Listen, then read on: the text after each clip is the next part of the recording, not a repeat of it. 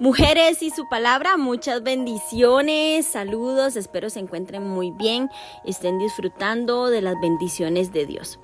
Hoy nos encontramos leyendo el capítulo 16, capítulo 17 y capítulo 18. Gracias por acompañarme, soy Ariani Sojo y yo sé que va a ser un tiempo poderoso. Vamos a orar para que Dios tome el control de este tiempo y nos hable directamente a nuestro corazón. Padre Celestial, te damos gracias, Señor, por este nuevo día, por esta nueva oportunidad que nos das de leer tu palabra. Te pedimos, Señor, que tomes el control de este tiempo, que te glorifiques, Señor, a través de la palabra en nuestra vida, que seas tú obrando de una forma sobrenatural. Háblanos directamente al corazón, a nuestra mente, a nuestro espíritu. Estamos dispuestas, Señor, a cumplir tu propósito, a cumplir tu voluntad. Amamos tu palabra, amamos tu presencia, Señor. Tenemos hambre y sed de ti. Te pedimos, Señor, que nos abras el entendimiento, que agudices, Señor, nuestro discernimiento. En el nombre de Jesús, amén. Vamos a comenzar con el capítulo 16, que tiene como título Sansón en Gaza. Fue Sansón a Gaza y vio allí a una mujer ramera y se llegó a ella. Y fue dicho a los de Gaza: Sansón ha venido acá. Y lo rodearon y acecharon aquella noche a la puerta de la ciudad y estuvieron callados toda aquella noche diciendo: hasta la luz de la mañana, entonces lo mataremos. Mas Sansón durmió hasta la medianoche y a la medianoche se levantó y tomando las puertas de la ciudad con sus dos pilares y su cerrojo, se las echó al hombro y se fue y las subió a la cumbre del monte que está delante de Hebrón. Versículo 4. Sansón y Dalila. Después de esto aconteció que se enamoró de una mujer en el valle de Sorek, la cual se llamaba Dalila. Y vinieron a ella los príncipes de los filisteos y le dijeron: engáñale e infórmate en qué consiste su gran fuerza y cómo lo podríamos vencer para que lo atemos y lo dominemos. Y cada uno de nosotros te dará 1000 siclos de plata. Y Dalila dijo a Sansón: yo te ruego que me declares en qué consiste tu gran fuerza y cómo podrás ser atado para ser dominado. Y le respondió Sansón: si me ataren con 7 mimbres verdes que aún no estén enjutos, entonces me debilitaré y seré como cualquiera de los hombres. Y los príncipes de los filisteos le trajeron 7 mimbres verdes que aún no estaban enjutos, y ella le ató con ellos, y ella tenía hombres en acecho en el aposento. Entonces ella le dijo: Sansón, los filisteos contra ti. Y él rompió los mimbres como se rompe una cuerda de estopa cuando toca el fuego, y no se supo el secreto de su fuerza. Entonces Dalila dijo a Sansón: he aquí, tú me has engañado y me has dicho mentiras. Descúbreme pues ahora, te ruego, cómo podrás ser atado. Y él le dijo: si me ataren fuertemente con cuerdas nuevas que no se hayan usado, yo me debilitaré y seré como cualquiera de los hombres. Y Dalila tomó cuerdas nuevas y le ató con ellas y le dijo: Sansón, los filisteos sobre ti. Y los espías estaban en el aposento, mas él la rompió de sus brazos como un hilo. Y Dalila dijo a Sansón: hasta ahora me engañas y tratas conmigo con mentiras. Descúbreme pues ahora cómo podrás ser atado. Él entonces le dijo: si tejieres 7 guedejas de mi cabeza con la tela y las asegurares en la estaca. Y ella las aseguró con la estaca y le dijo: Sansón, los filisteos sobre ti. Mas despertando él de su sueño, arrancó la estaca del telar con la tela. Y ella le dijo: ¿cómo dices yo te amo cuando tu corazón no está conmigo? Ya me has engañado 3 veces y no me has descubierto aún en qué consiste tu gran fuerza. Y aconteció que presionándole ella cada día con sus palabras e importunándole, su alma fue reducida a mortal angustia.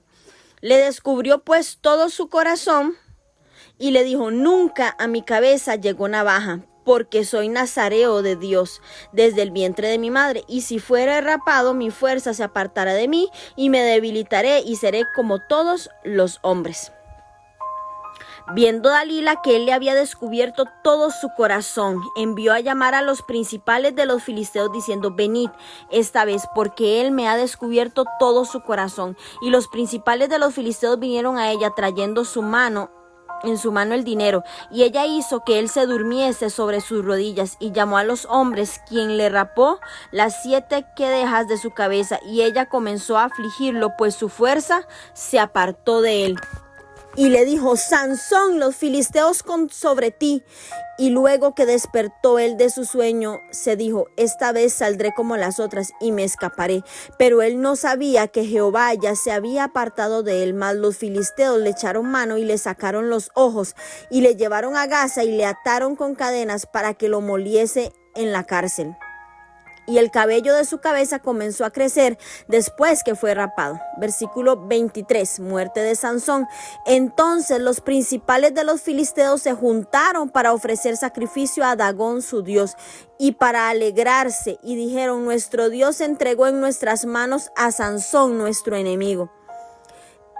Y viéndolo el pueblo, alabaron a su Dios, diciendo: nuestro Dios entregó en nuestras manos a nuestro enemigo y al destruidor de nuestra tierra, el cual había dado muerte a muchos de nosotros. Y aconteció que cuando sintieron alegría en su corazón, dijeron: llamad a Sansón para que nos divierta. Y llamaron a Sansón de la cárcel, y sirvió de juguete delante de ellos, y lo pusieron entre las columnas.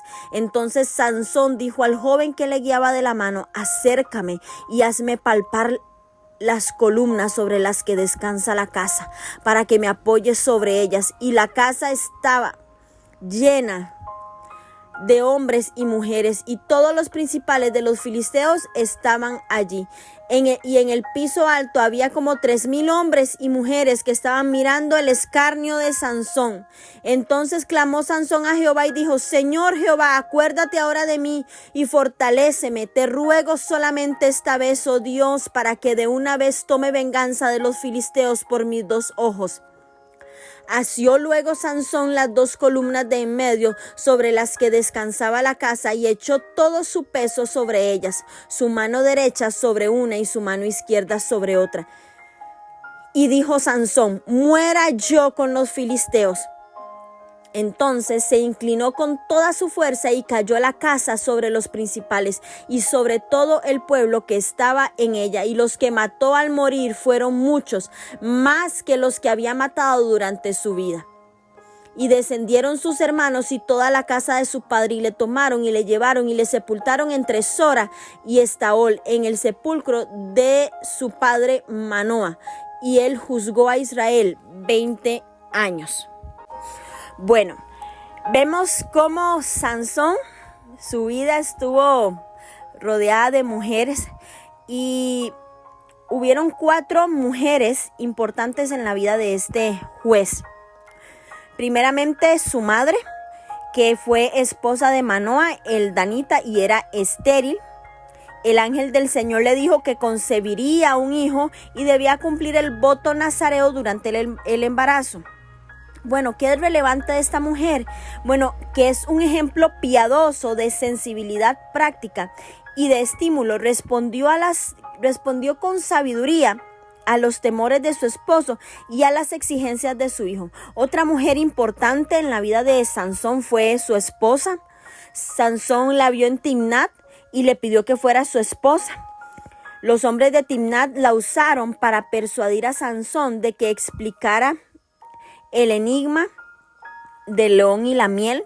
¿Y por qué es relevante esta mujer? Bueno, porque es un ejemplo de queja y de arrogancia y de manipulación. Usó las lágrimas para lograr lo que quería de su esposo. Otra mujer que resalta es la que leíamos hoy en el capítulo 16. Es la prostituta. Sansón la vio en Gaza y se acostó con ella. Los hombres de Gaza la usaron para intentar emboscar a Sansón. Es relevante esta mujer porque aunque la escritura no menciona su papel en el intento de emboscada contra Sansón, ella participó en su caída. Y por último, una mujer que es conocida, muy conocida en la historia de Sansón, es Dalila. Sansón dice que se enamoró de esta mujer que vivía en el valle de Sorek. Los líderes filisteos la usaron para destruir la fuente de la gran fuerza de Sansón y así poder vencerlo. Esta mujer es relevante porque es un ejemplo de avaricia, de sensualidad, cómo usó el engaño y la lujuria para destruir al siervo de Dios.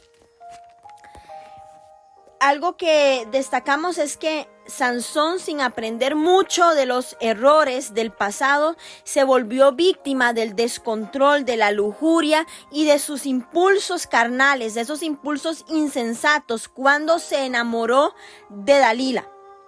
Dalila en hebreo significa languida, débil, delicada, que suspira, deseoso. Dalila fue una seductora conspiradora. Era una mujer filistea que habitaba en el valle de Sorek. Los filisteos acudieron a ella para que descubriera la fuente de la fuerza de Sansón a cambio de una gran suma de dinero. Ella logró manipular a Sansón con enojos, con llantos, con quejas constantes para que le confesara la verdad. Mientras Sansón dormía, ella permitió que le cortaran el cabello, lo cual hizo que perdiera su fuerza. Vemos el carácter débil de Sansón, cómo destruyó su vida. Y vemos también la falta de sensibilidad espiritual de Sansón hizo que el pueblo de Dios fuera explotado por sus enemigos. La mujer manipuladora. Y es que Sansón era un hombre de increíble fuerza física, pero tenía un espíritu débil. Parecía ser especialmente vulnerable a las mujeres manipuladoras, quejosas. Primero su esposa, más tarde Dalila. Dalila fue desgastando lenta e inteligentemente a Sansón con sus palabras manipuladoras, tanto quejándose como usándolo, como acusándolo de no amarlo. Y es que la palabra original traducida para se enamoró en hebreo es ahab, A-H-A-B, y tiene al igual que en el español, un rango muy amplio de significados. Cuando se utiliza respecto al amor de un hombre por una mujer, como aquí, implica una atracción física, pero también una atracción emocional. Un ejemplo de mujer quejosa o quejumbrosa fue la esposa de Job. Esta fue otra mujer. Pero sus palabras manipuladoras no pudieron quebrar a Job. ¿Por qué? Porque él era un hombre de fe con un carácter fuerte, muy diferente a Sansón.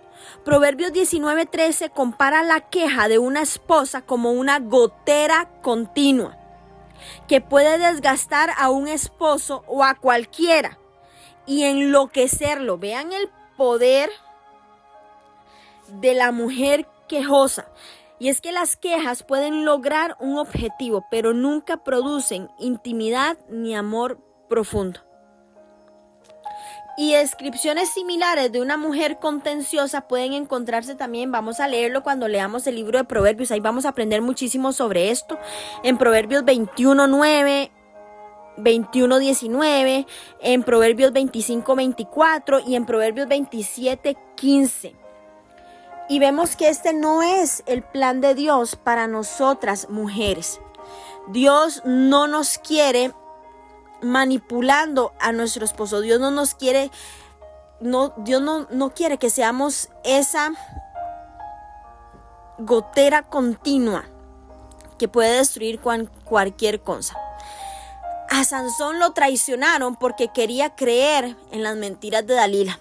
Y aunque podía estrangular a un león, no pudo controlar su abrasadora lujuria. Él no pudo controlar su carne y ver a Dalila como lo que era en verdad.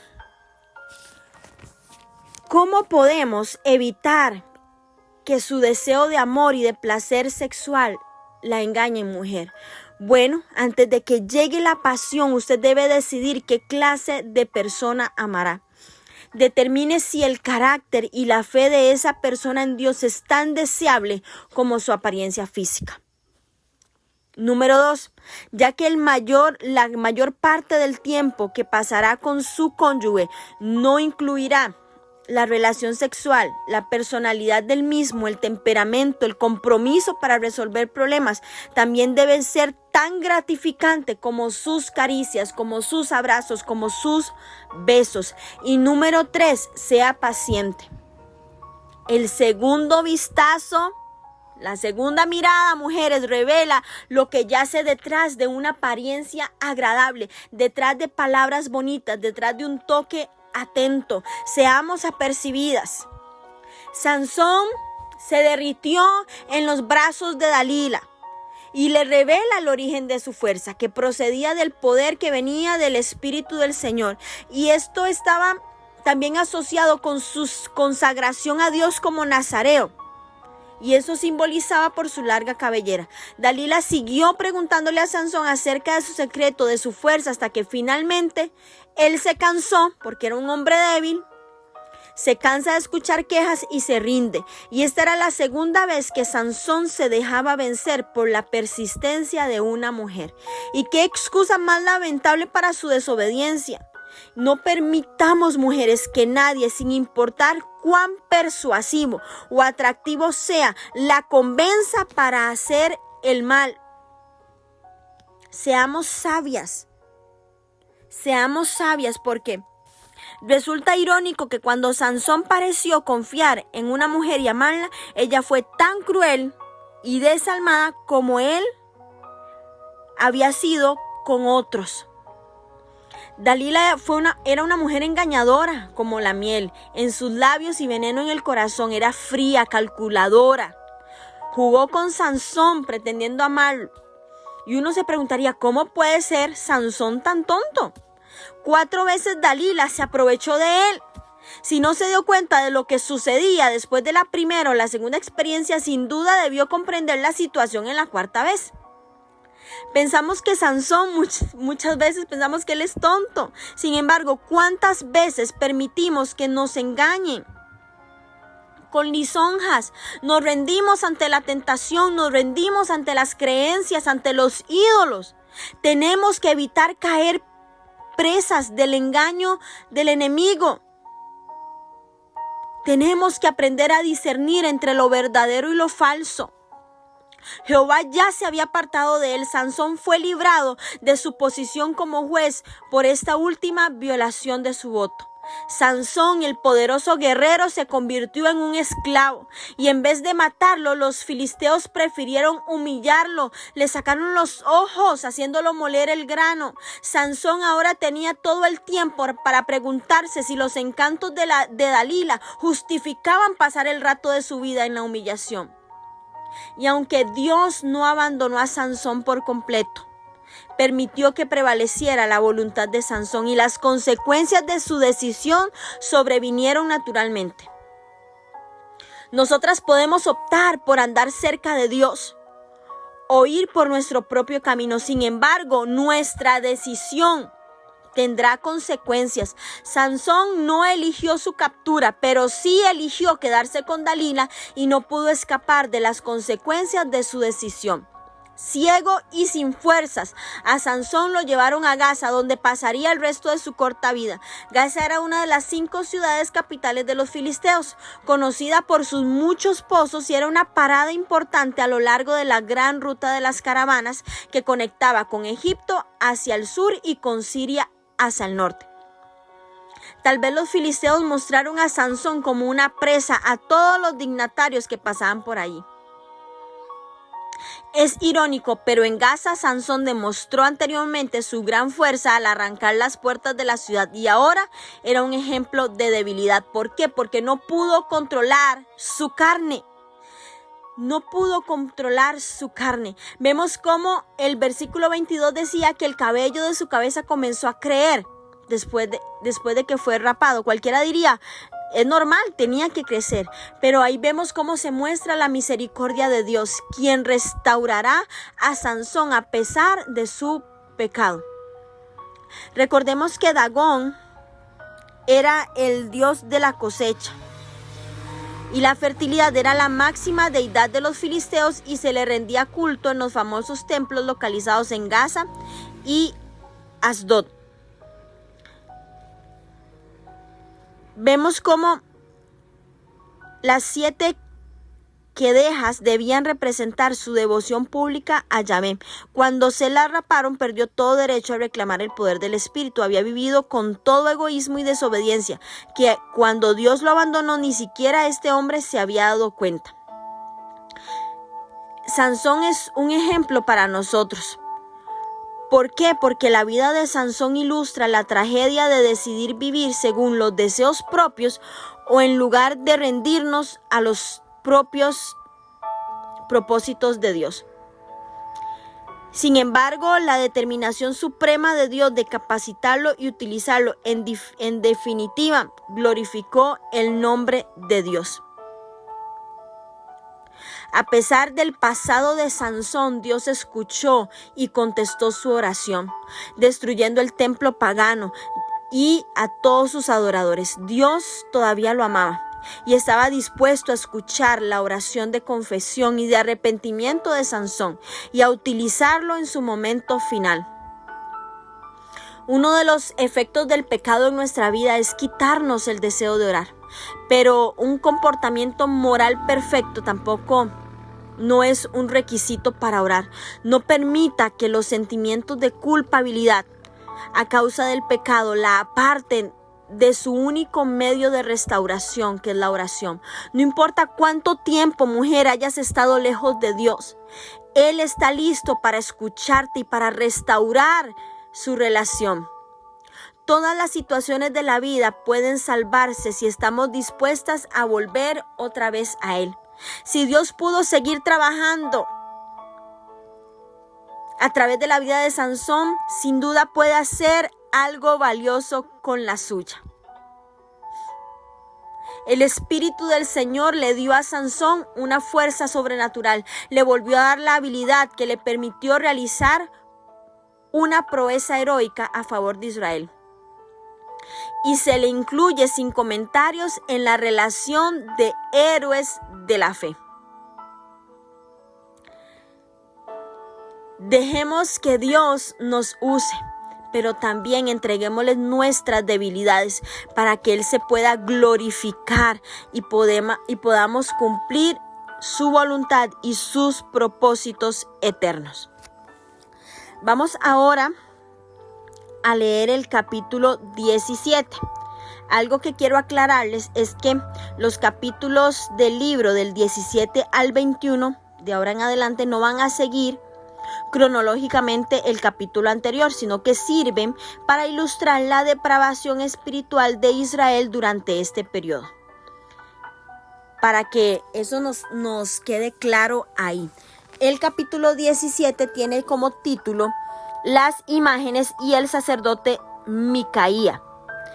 Hubo un hombre del monte de Efraín que se llamaba Micaía, el cual dijo a su madre: los 1100 siclos de plata que te fueron hurtados, acerca de los cuales maldijiste y de los cuales me hablaste, he aquí el dinero está en mi poder, yo lo tomé. Entonces la madre dijo: bendito seas de Jehová, hijo mío. Y él devolvió los 1000 siclos de plata a su madre.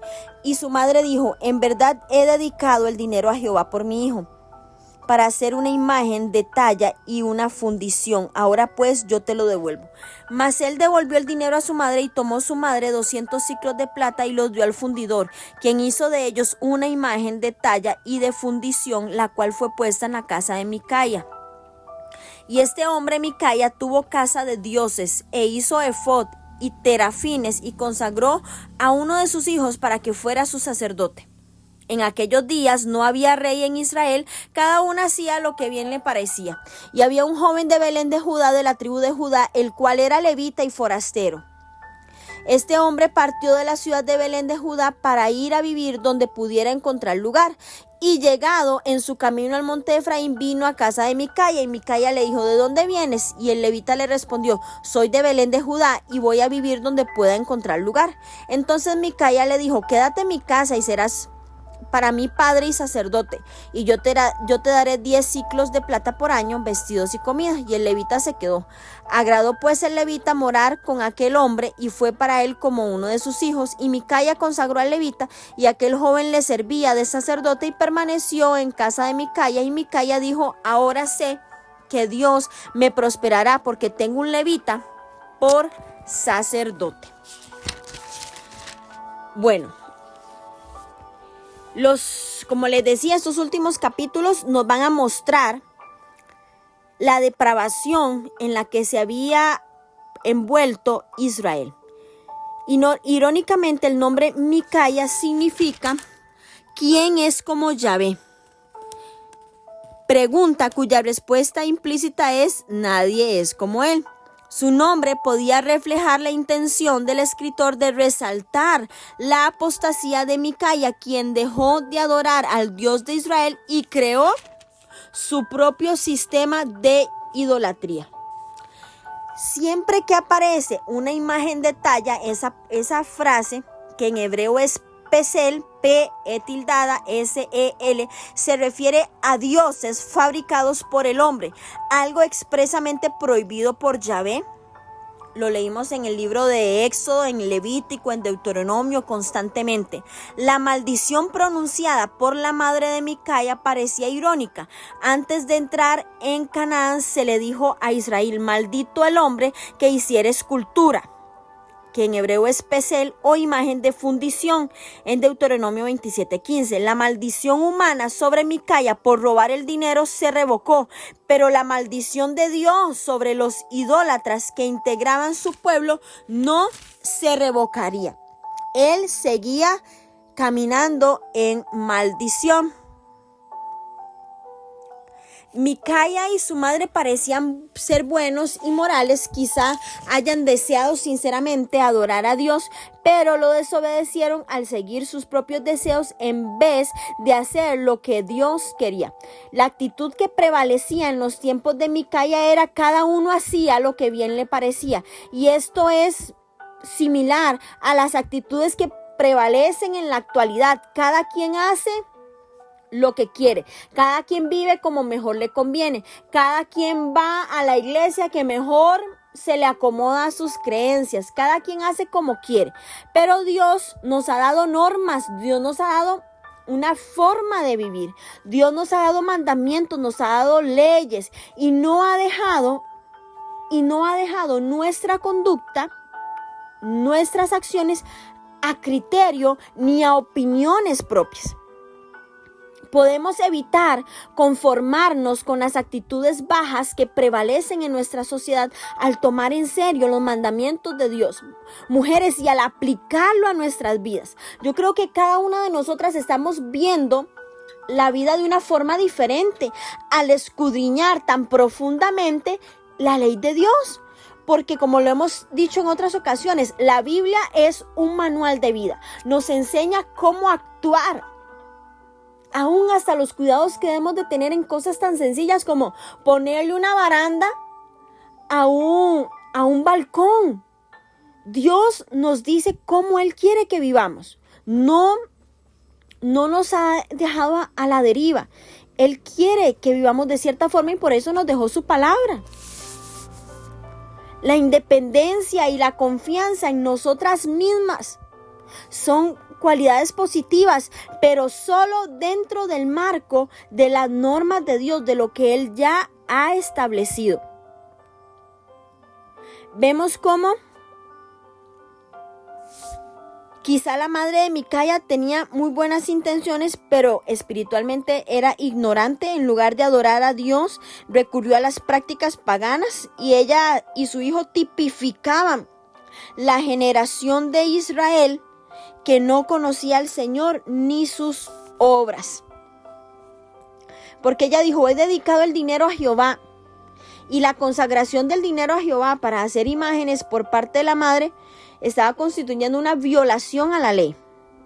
La visión paganizada del Dios de Israel que tenía la madre y su hijo era probablemente el resultado de la influencia, obviamente, idólatra de los cananeos, que Dios quería evitar cuando les dijo: tienen que destruir a todos los cananeos. Y esta imagen probablemente estaba hecha de madera o de piedra, recubierta de plata o de oro. Dice que la imagen fundida era de plata. También había un efod, que podía ser una vestimenta utilizada por un sacerdote o un objeto de culto. Era casa de dioses, también conocida como terafín. Se usaba ¿para qué? Para la adivinación. Hoy, como en los días de Micaía, todos parecen poner en primer lugar sus propios intereses.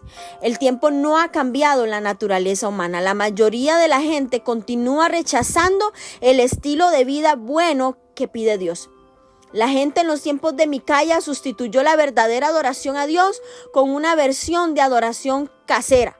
Como resultado, la justicia pronto se reemplazó con el mal y con el caos. Pasar por alto las instrucciones de Dios nos puede llevar, mujeres, a la confusión, nos lleva a la destrucción. Cualquiera que no se someta a Dios terminará haciendo lo que en ese momento le parezca bueno. Y es que esta tendencia está presente en todas. Parece saber lo que es bueno y tener la fortaleza para hacerlo. Necesitamos acercarnos a Dios. Necesitamos acercarnos a su palabra y ver qué es lo que quiere Dios que hagamos.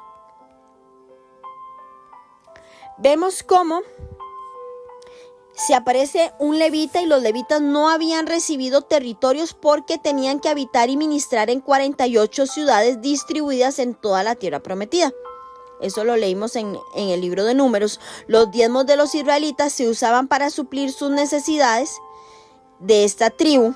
Y al contratar a un levita, Micaía empleó a alguien que casi sin duda no era apto para servir, pero por superstición creía que le traería suerte. Padre era una expresión de respeto, era un título honorario. Vemos cómo le paga. Parece que el levita se sentía motivado a servir como sacerdote de Micaía por las ventajas materiales que iba a recibir.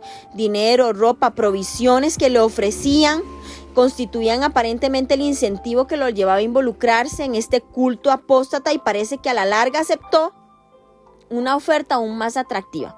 Al parecer, los israelitas dejaron de apoyar a los sacerdotes y a los levitas con sus diezmos porque una gran parte del pueblo ya no adoraba a Dios. Quizás este joven levita de esta historia dejó su casa en Belén debido a que el dinero que recibió del pueblo ya no era suficiente para vivir. La decadencia moral de Israel afectaba aún a los sacerdotes y levitas, y este hombre aceptó el dinero y el cargo, aunque iba en contra de las leyes de Dios. Mientras Micaía muestra la ruina religiosa de los israelitas, este sacerdote ilustra la ruina religiosa de los sacerdotes y levitas. Micaía se engañaba a sí mismo al pensar que tendría la bendición del Señor, del Dios Todopoderoso, de Yahvé, porque contaba con un levita. Pero en realidad estaba desobedeciendo la ley de Dios en todo. Ahí no había gracia por ningún lugar. Vamos ahora a leer el capítulo 18, que tiene como título Micaía y los hombres de Dan. En aquellos días no había rey en Israel, y en aquellos días la tribu de Dan buscaba posesión para sí donde habitar, porque hasta entonces no había tenido posesión entre las tribus de Israel. Y los hijos de Dan enviaron de su tribu 5 hombres, de entre ellos hombres valientes de Sora y Estaol, para que reconociesen y explorasen bien la tierra, y le dijeron: id y reconoced la tierra. Estos vinieron al monte de Efraín hasta la casa de Micaía y allí posaron. Cuando estaban cerca de la casa de Micaía, reconocieron la voz del joven levita, y llegando allá le dijeron: ¿quién te ha traído acá? ¿Y qué haces aquí? ¿Y qué tienes tú por aquí? Y él les respondió: de esta manera ha hecho conmigo Micaía, y me ha tomado para que sea su sacerdote. Y ellos le dijeron: pregunta pues ahora a Dios para que sepamos si ha de prosperar este viaje que hacemos. Y el sacerdote le respondió: id en paz, delante de Jehová está vuestro camino en que andáis. Entonces aquellos 5 hombres salieron y vinieron a Lais, y vieron que el pueblo que habitaba en ella estaba seguro, ocioso y confiado, conforme a la costumbre de los de Sidón, sin que nadie en aquella región les perturbasen en alguna cosa, ni había quien poseyese el reino y estaban lejos de los sidonios y no tenían negocios con nadie. Volviendo pues ellos a sus hermanos en Sora y Estaol, sus hermanos le dijeron: ¿qué hay? Y ellos respondieron: levantaos, subamos contra ellos, porque nosotros hemos explorado la región y hemos visto que es muy buena. ¿Y vosotros no haréis nada? No seáis perezosos en poneros en marcha para ir a tomar posesión de la tierra. Cuando vayáis, llegaréis a un pueblo confiado y a una tierra muy espaciosa, pues Dios la ha entregado en vuestras manos, lugar donde no hay falta de cosa alguna que haya en la tierra. Entonces salieron de allí de Sora y de Estaol 600 hombres de la familia de Dan, armados de armas de guerra, fueron y acamparon en Kiriat Jearim, en Judá, por lo cual llamaron a aquel lugar el campamento de Dan hasta hoy. Está al occidente de Kiriat Jearim, y de allí pasaron al monte de Efraín y vinieron hasta la casa de Micaya. Entonces aquellos 5 hombres que habían ido a reconocer la tierra de Lais dijeron a sus hermanos: ¿no sabéis que en estas casas hay efod y terafines y una imagen de talla y una de fundición? Mirad por tanto lo que habéis de hacer. Cuando llegaron allá, vinieron a la casa del joven levita en casa de Micaya y le preguntaron cómo estaba. Y los 600 hombres que eran de los hijos de Dan estaban armados de sus armas de guerra y a la entrada de la puerta. Y subiendo los 5 hombres que habían ido a reconocer la tierra, entraron allá y tomaron la imagen de talla, el efod, los terafines y la imagen de fundición. Mientras estaba el sacerdote a la entrada de la puerta con los 600 hombres armados y armas de guerra, entrando pues aquellos a la casa de Micaya, tomaron la imagen de talla, el efod, los terafines y la imagen de fundición. Y el sacerdote les dijo: ¿qué hacéis vosotros? Y ellos le respondieron: calla, pon la mano sobre tu boca y vente con nosotros para que seáis nuestro padre y sacerdote. ¿Es mejor que seas tú sacerdote en casa de un solo hombre que de una tribu y una familia de Israel? Y se alegró el corazón del sacerdote, el cual tomó el efod y los terafines y la imagen y se fue en medio del pueblo. Y ellos se volvieron y partieron y pusieron los niños, el ganado y el bagaje por delante. Cuando ya se había alejado de la casa de Micaya, los hombres que habitaban en la casa cercanas a la casa de Micaya se juntaron y siguieron a los hijos de Dan. Y dando voces a los de Dan, estos volvieron sus rostros y dijeron a Micaya: ¿qué tienes que has juntado gente? Y él respondió: tomasteis mis dioses que yo hice y al sacerdote y os vais. ¿Qué más me queda? ¿Por qué pues me decís que tienes? Y los hijos de Dan le dijeron: no des voces tras nosotros, no sea que los de ánimo colérico os acometan y pierdas también tu vida y la vida de los tuyos. Y prosiguieron los hijos de Dan su camino, y Micaya, viendo que eran más fuertes que él, volvió y regresó a su casa. Ellos, llevando las cosas que habían hecho Micaya, juntamente con el sacerdote que tenía, llegaron a Lais, al pueblo tranquilo y confiado. Y los hirieron a filo de espada y quemaron la ciudad, y no hubo quien los defendiese porque estaban lejos de Sidón y no tenían negocios con nadie. Y la ciudad estaba en el valle que hay junto a Bet-Rehob. Luego reedificaron la ciudad y habitaron en ella, y llamaron el nombre de aquella ciudad Dan, conforme al nombre de Dan, su padre, hijo de Israel, bien que antes se llamaba la ciudad de Lais. Y los hijos de Dan levantaron para sí la imagen de talla, y Jonatán, hijo de Gerson, hijo de Moisés, él y sus hijos fueron sacerdotes de la tribu de Dan, hasta el día del cautiverio de la tierra. Así fueron levantada entre ellos la imagen de talla que Micaya había hecho todo el tiempo que la casa de Dios estuvo en Silo. Amén.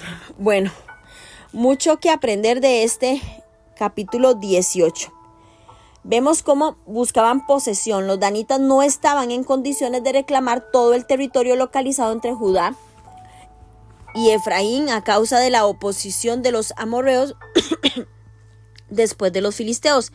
A la tribu de Dan se le asignó una tierra que era suficiente para satisfacer sus necesidades. Sin embargo, debido a que no confiaron en Dios, a que los ayudara a conquistar su territorio, los amonitas los forzaron a vivir en las colinas y no los dejaron establecerse en las llanuras. Y en lugar de luchar por el territorio que les correspondía, prefirieron buscar una nueva tierra en el norte, donde la resistencia enemiga no fuera tan fuerte y fuera fácil vencerla. Y fue durante este viaje hacia el norte cuando algunos de sus hombres pasaron por la casa de Micaya y robaron sus ídolos. Reconocieron la voz Seguro los danitas quizás reconocieron el acento del hombre y por eso lo identificaron. Pregunta pues ahora a Dios. Estos hombres estaban buscando un oráculo de Dios que les asegurara el éxito, aunque el Señor ya les había revelado su voluntad a los danitas en relación con su herencia. Su desobediencia y la falta de fe en el Señor les impidió entrar en posesión de todo el territorio amorreo y filisteo que les correspondía. Los danitas no siguieron el propósito de Dios, el propósito que Él les tenía reservado para ellos cuando se apoderaron de Lais como su heredad. Desobedeciendo a Dios, establecieron un centro de culto idólatra en Dan, que era la antigua Lais, que alcanzó fama durante el reinado de Joroboam. Y eso lo vamos a leer más adelante. Vemos que el levita proclamó el mensaje que ellos querían oír. ¿Cuántas veces nosotras nos dejamos llevar por el mensaje que queremos oír? Mas no era la voz de Dios. Tenemos que aprender a discernir a quién escuchamos. Este levita les dijo lo que querían oír, id en paz, y hasta lo legitimó invocando el nombre de Dios. Los sacerdotes y sus ayudantes eran todos de la tribu de Leví. Ellos tenían que servir al pueblo, enseñarles cómo adorar a Dios y llevar a cabo los rituales del servicio de adoración en el tabernáculo en Silo y en las ciudades designadas. Pero este sacerdote desobediente muestra falta de respeto hacia Dios. ¿Por qué? Bueno, número uno, estaba llevando a cabo sus deberes en una casa, no era el tabernáculo. Los deberes sacerdotales debían realizarse exclusivamente en el tabernáculo o en una de las ciudades designadas. Y esta exigencia era para evitar cambios en las leyes de Dios. Número 2, llevaba ídolos con él. Y número 3, decía que hablaba en nombre de Dios, cuando esto no era cierto. Él no estaba hablando en nombre de Dios, estaba hablando en nombre propio. Vemos cómo se menciona la ciudad de Lais, que era una ciudad cananea al norte de Palestina, llamada Lesem. Estaba separada de los de Sidón y no había establecido alianzas militares con nadie. Sidón, los habitantes de Lais, tenían costumbres similares a los sidonios, que era un pueblo fenicio interesado más en la agricultura y el comercio que en la guerra. En todo incidente nadie deseaba adorar a Dios. En cambio, todos querían usar a Dios con fines egoístas. Y esto es muy triste porque, mujeres, vemos en la actualidad cómo personas asisten a las iglesias para sentirse mejor, para ser aceptadas, para aliviar la culpa, para tener relaciones personales para sus negocios, para tener amistades. Pero debemos de cuidarnos de seguir a Dios con propósitos egoístas, en lugar de un servicio desinteresado. Vemos cómo se menciona nuevamente el efod, que era una vestidura ceremonial que usaba el sacerdote, exclusivo para el tabernáculo o en algunas de las ciudades que ya les mencioné. Los danitas mandaron a sus familias y posesiones por delante para protegerlas contra cualquier ataque. Vemos cómo los dioses de Micaya estaban indefensos. Micaya hizo ídolos y contrató a un sacerdote para que practicara su religión personal. Cuando los hombres de Dan se llevan a sus ídolos y al sacerdote, no quedó nada. ¿Qué condición espiritual más vacía? Un ídolo es cualquier cosa que ocupe un lugar en nuestra vida en lugar de Dios. Algunos invierten todas sus energías en buscar dinero, o en buscar éxito, o en buscar cosas materiales, o en una carrera. Si se les quita eso, si se les quita el dinero, si se les quita el título, si se les quita la posesión, si se le quita el esposo, si se les quitan los ídolos, solo queda un caparazón vacío.